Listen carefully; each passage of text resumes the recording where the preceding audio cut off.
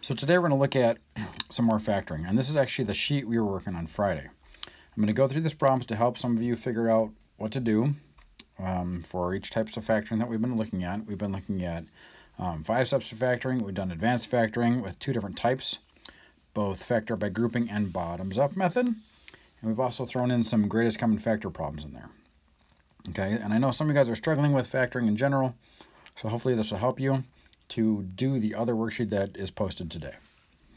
Okay, so let's get on with this. First step is, and I talked about this on Friday, as you're doing these factoring problems, whether it's either expressions or equations, you kind of go through some mental steps. Step 1, is there a greatest common factor? If there is, take it out, and then what do you have left over? And then go through some more steps. Okay, step 2, can you do 5 steps to factoring? If yes, then do it. If no, then go to the next piece. The next check is, can you do advanced factoring or the bottom-up method? Okay. If yes, you can do that. If no, go to the next step. Okay. Now we haven't talked about any other steps besides advanced factoring, but we will as we get on through this week. So in question number 1, can you take a greatest common factor out? Yes, you can. You have negative 14 and positive 7. You can take a 7 out of both. So you get 7. You have p squared and p, so it's 1p out of both terms. You're left with negative 2p plus 1. Okay, there's nothing else you can do to this problem, so you are stopping right there. Okay, we're going to go down, so we're going to hit number 3 next. Okay, steps. Can you take a greatest common factor out? No. Okay, the x squared term doesn't have a number in front of it to take anything out of, and the 40 doesn't have an x term to take an x out, so there's no greatest common factor that you can take out. So it goes to the next checklist, next thing on the checklist, which is, can you do 5 steps to factoring? In this case, yes. So let's do it. Step 1, draw the x's. Step 2, drop the first sign, which is a positive. Step 3, what times a positive will give you a positive 40? Well, a positive times a positive will give you a positive number. Step 4, find the factors of 40. So we've got 1 and 40, 2 and 20, 4 times 10, 5 times 8. All right. If you remember the video that we did for 5 steps to factoring, if the signs in the parentheses are the same and they're both positives, so they are the same, you're going to add the factors. So which 2 factors give you 14 when you add them up? 10 and 4. Step 5, put the biggest number first.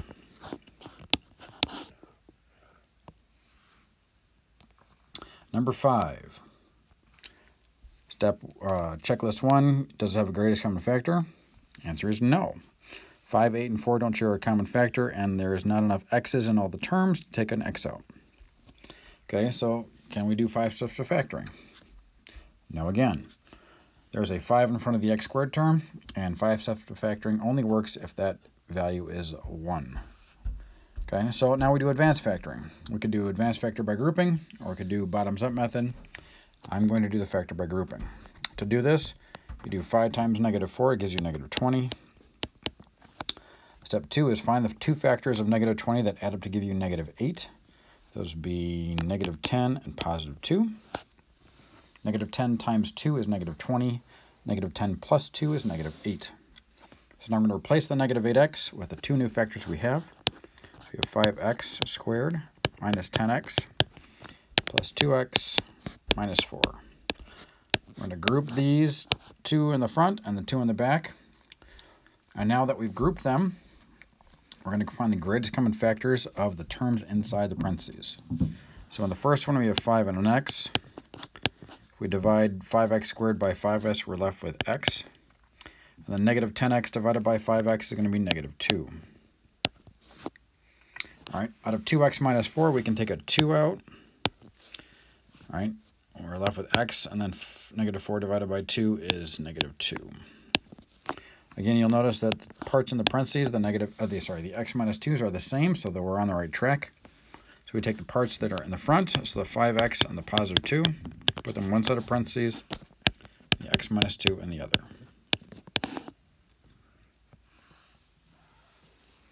Now, a question I commonly get is, do we have, people do different work or more work? I'm showing the work that I would do, so I don't expect you guys to do more than this. So this would be perfectly fine if this is the work that you show. Or you should show some work. Show some work. All right. Number 7. Does it have a greatest common factor? The answer is yes. You can take a 4 out, and you can take an n out. What we'll be left with is n squared plus 8n minus 20. Okay, now that we've done the greatest common factor, we look at what's left in the parentheses, and we can see that this would be a 5 steps to factoring type of problem. We're going to rewrite the 4n because it has to stay in because it is part of the answer for the problem. And then we're going to do the 5 steps to factoring by starting our parentheses with an x inside. Step 2 is drop the first sign. Step 3, what times a positive will give us a negative 20, and that would be a negative value. Now we're going to do the factors of 20 for step 4. We got 1 and 20. We have 2 and 10. We have 4 times 5. Okay, since the signs are different, we're going to subtract. When we subtract, which 2 would give us 8? That would be 2 and 10. So biggest number goes first, and then we are done.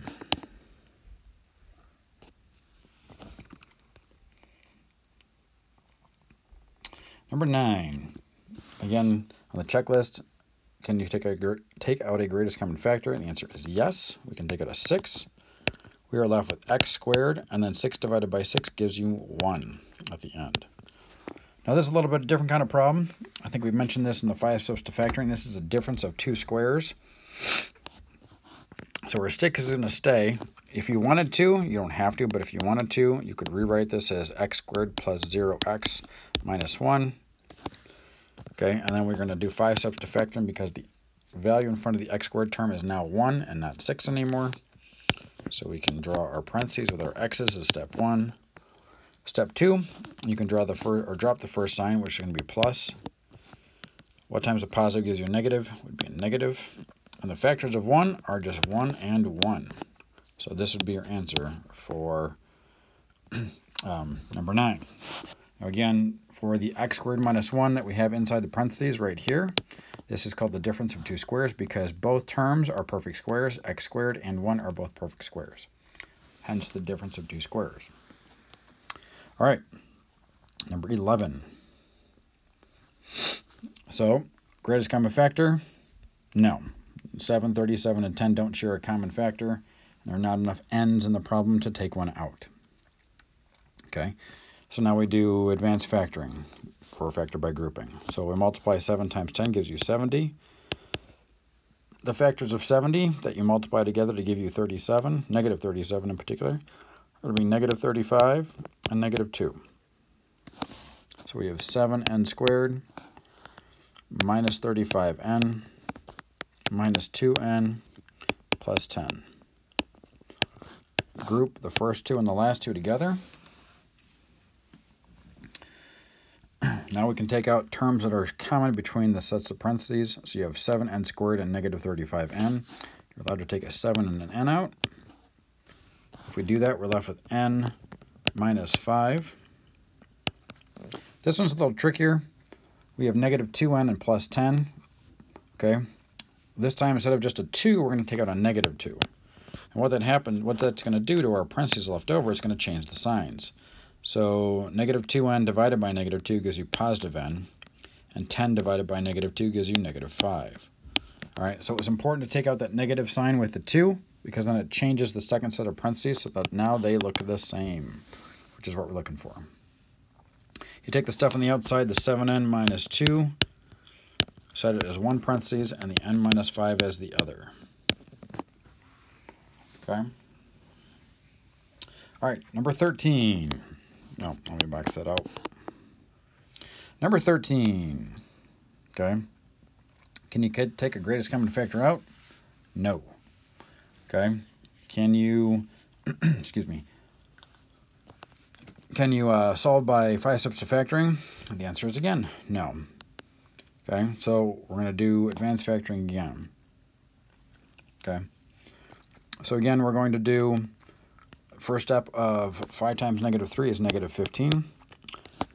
And now what actually we're going to do is we're going to find we're going to use this bottoms up method, which is the other method we saw with advanced factoring. All right, the first 2 steps of advanced factoring with factor by grouping or with bottoms up method are the same. You multiply the first and last terms together, and then you find the factors. So it's going to be -5 and +3. -5 times 3 is -15, and -5 plus 3 is -2. So now you do -5 for the bottoms up method and 3, and you have the denominator of your fraction is going to be the first number, so the a value, which is going to be 5, and 5 for both things. You reduce the fractions, you get -1 over 1, and you have 3 over 5. Put an x on both the denominators and move that up. So you get x minus 1 and 5x plus 3. And that is the factorization of that. And again, this method is called the bottoms up method. It was explained in the advanced factoring video from Thursday of last week. I'll do another one just so you guys can see it a little bit later. All right, number 15. So in this case, we got 18, 102, and 60. All right, I'm going to bring out my handy dandy calculator, divide 102 by 18 to see if it will come out evenly, and it does not. Okay, so let's do 102 divided by 6, and that does work out evenly. And 18, 102, and 60 now share a common term of 6. Okay, we're going to take that out. What's left over is going to be 3r squared minus 17r plus 10. Okay, so a lot of times students struggle with trying to find a common factor. Rather than multiplying numbers together to find out if it equals 102, I would take 102 and divide it by numbers to see if it works out evenly. Okay, I knew 18 and 60 both shared a common factor of, let's say, I was hoping 18. I tried that one first. That didn't work with 102. But then I thought, well, they both share a 6, so I'll try 6 with 102, and that did work to divide into 17. Okay, so that's how I got that. I'll do that bottoms up method again. So we got 3 times 10 gives you 30. The two factors of 30 that combine to give you -17 could be -15 and -2. So -15 times -2 is +30, but 15 minus 2 is -17. All right, so our factor is still going to be 6 out in front. Actually, you know what, before I do that, we're going to do the fractions here. We got 15 over 3, and we have -2 over 3. Okay, we'll reduce the fractions. 15 over 3 gives you -5 over 1. And then we just have -2 over 3 again because that cannot be reduced. Put the x's on the bottom and then move everything up to the top to make our our factors. So we have x minus 5 for the first one and 3x minus 2 for the other one. Now, one thing we do have to do is drop that 6 all the way down to our answer because we did take it out at the beginning of our problem. Okay, and the big thing about taking greatest common factors out a lot of times, like technically we didn't need to do that in number 15, but it makes the numbers in our quadratic expression much smaller and thus easier to use. Okay, if you had to find the factors of 18 times 60, which gives you 1080, and then try to find what two numbers multiply to be 1080 and add up to be -102, that would have been a lot more difficult. By taking out the greatest common factor and then using 3 times 10, which would have been 30, now it's much easier to find out what the factors of -17 are that multiply to be 30. Okay, so taking the greatest common factor out, not always necessary, but a lot of times helpful because it makes the other numbers you're using smaller. All right, let's go back up to the top and look at number 2. Excuse me. All right, number 2, greatest common factor, no. But 5 steps to factoring, yes. So step 1, step 2, drop the first sign. Step 3, what times a positive can give you a negative? That'd be negative. Factors of 30 are 1 times 30, 2 times 15, 3 times 10, 5 times 6. All right, that looks like good enough to me. Now, another question that we have is, do I have to do those factor trees or all the factorizations? No. If you know what they are, then use that one and put it in the right spot. Okay. Since the two signs are different, we're going to subtract. The only two that subtract to give you 1 is 5 and 6, putting the biggest number first, and we are done. All right. Number 4. So we did a bunch of groupings, advanced factoring using grouping, and we did some bottoms-up method. Again, it doesn't make a difference which method you pick. Pick whichever one works best for you and use it. I'm going to continue using both. We're going to do this one by grouping. There is no greatest common factor. You can't use 5 steps. So we'll do the factor by grouping. So 7 times 5 is 35. The factors of 35 that give you negative 36 are negative 35 and negative 1. Okay, so let's do 7n squared minus 35n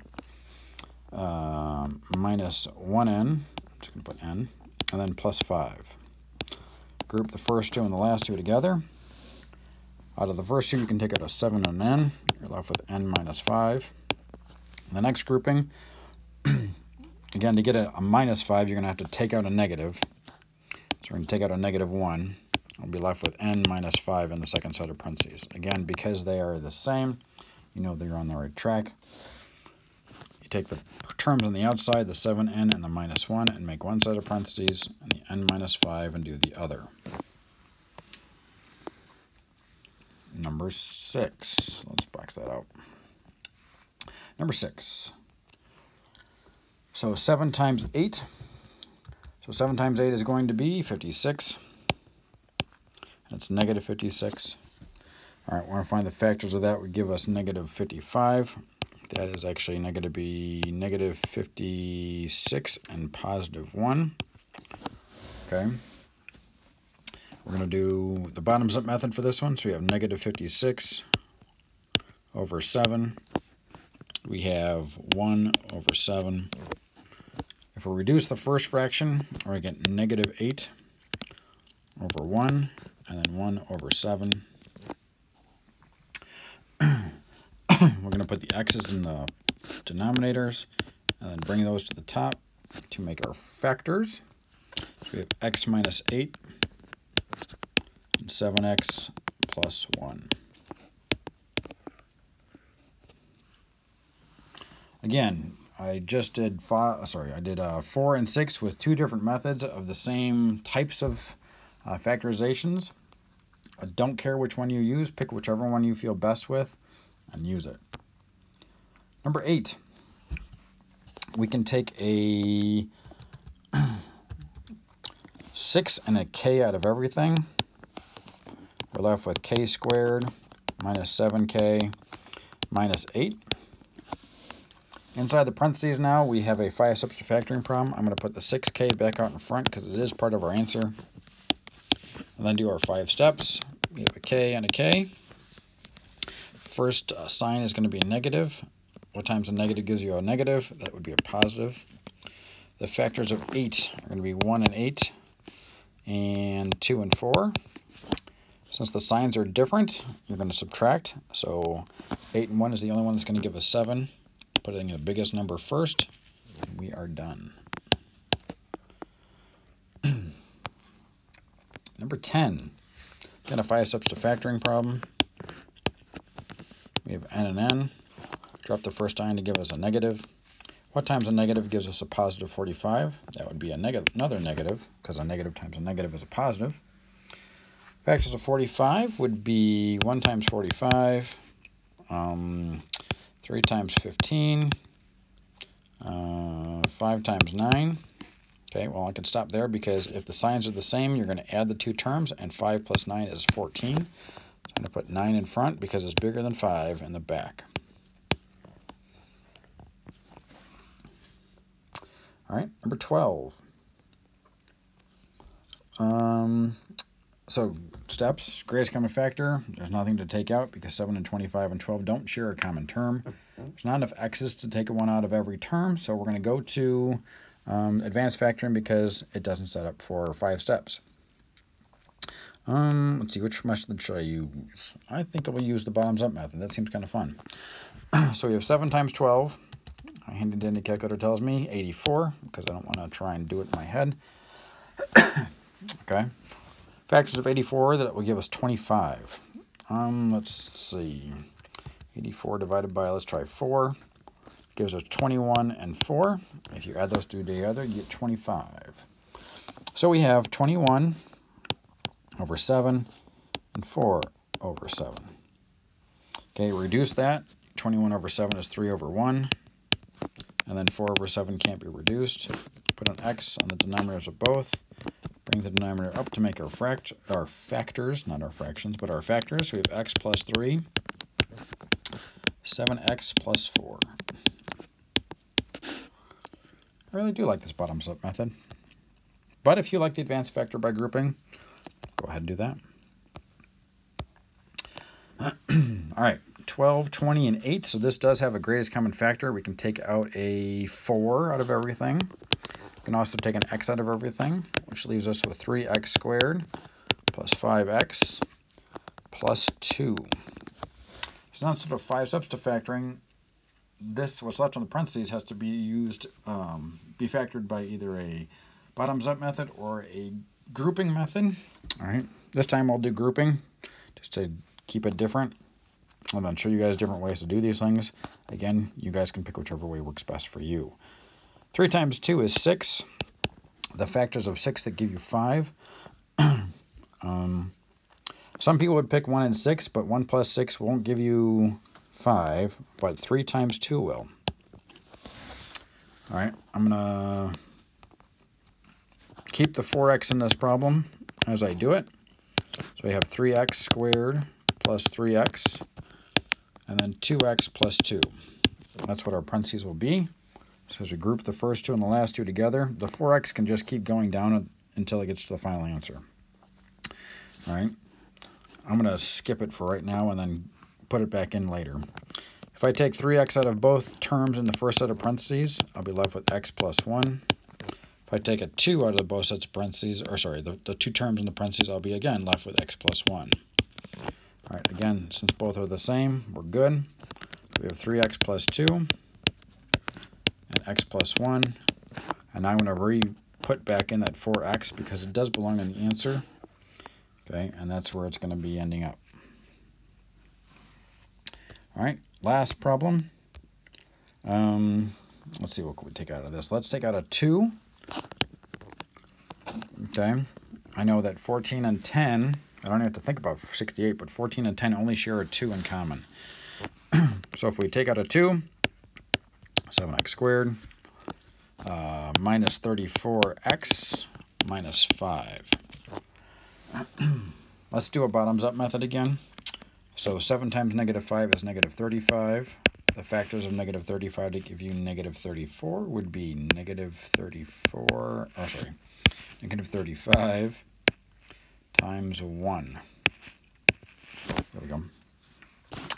So I make our fractions, 35 over 7 and 1 over 7. If I reduce the first one, I get negative 5 over 7, or sorry, over 1 and 1 over 7. Putting the x's in the denominators and bringing those terms from the bottom to the top to make our factors. So we have x minus 5, 7x plus 1. And I'm going to put that 2 back out in front that we took out originally to finish off the answer. Okay, so that showed you how to do all these different problems with a bunch of different stuff, whether it be greatest common factor, or 5 steps to factoring, or advanced factoring with grouping, or with the bottoms up method. Hopefully this helps you out. Please do the other practice to get practice at these types of problems. You need to be able to factor in Math 3 to be successful. It comes up a lot, and the better off you are at factoring, the easier some of these problems become. And the only way you get better at these things is if you practice. So please practice.